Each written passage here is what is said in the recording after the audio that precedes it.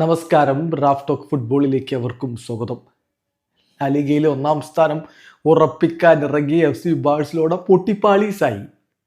Goal വർഷം തന്നെ നടത്തി സെവിയ 4-1 ബാഴ്സയെ തകർത്ത് തരിപ്പണമാക്കി തീരുമാനമാക്കി വിട്ടിട്ടുണ്ട്.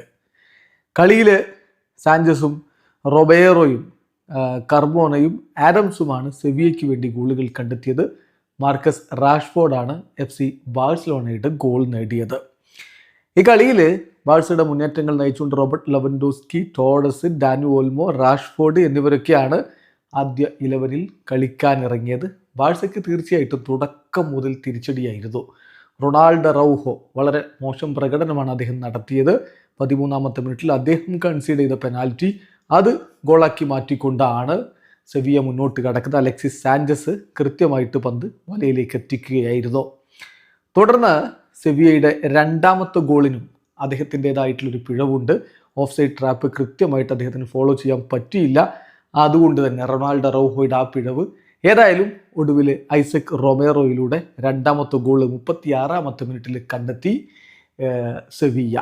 ഒടുവിൽ ആദ്യ പകുതിക്ക് വിസിൽ മുഴങ്ങുന്നതിന് തൊട്ട് മുമ്പായിട്ട് പെഡ്രിയുടെ അസിസ്റ്റിൽ നിന്ന് മാർക്കസ് റാഷ്ഫോർഡ് ഒരു ഗോൾ മടക്കി അടിച്ചു. പക്ഷെ രണ്ടാം പകുതിയിലും കാര്യമായ മാറ്റങ്ങൾ സംഭവിച്ചില്ല. ബാൽഡെ ബാഴ്സയ്ക്ക് ഒരു പെനാൽറ്റി വിൻ ചെയ്ത് കൊടുത്തിരുന്നു. പക്ഷേ റോബർട്ട് ലെവൻഡോസ്കിക്ക് പന്ത് വലയിലേക്ക് എത്തിക്കാൻ പറ്റിയില്ല. അങ്ങനെയുള്ളൊരു ദിവസമായിരുന്നു യഥാർത്ഥത്തിൽ ബാഴ്സയ്ക്ക് ഇത്.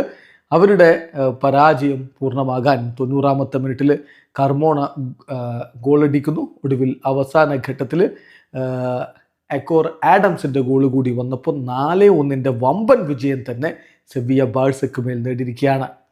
അതോടുകൂടി ഒന്നാം സ്ഥാനത്ത് റയൽ തന്നെ. 8 കളികളിൽ 21 പോയിൻറ്റോടെ റയൽ ഒന്നാമത്, 8 കളികൾ 19 പോയിൻറ്റോടെ ബാഴ്സലോണ രണ്ടാം സ്ഥാനത്ത്. സെവിയ ഈ വിജയത്തോടു കൂടി 4-ാം സ്ഥാനത്തേക്ക് എത്തുന്നു. 8 കളികളിൽ നിന്ന് 13 പോയിൻ്റാണ് അവർക്ക്. വീഡിയോ അവസാനിക്കുന്ന ഫുട്ബോൾ ലോകത്തെ കൂടുതൽ വിശേഷങ്ങളുമായി റാഫ് ടോക്സ് എഴുതാം.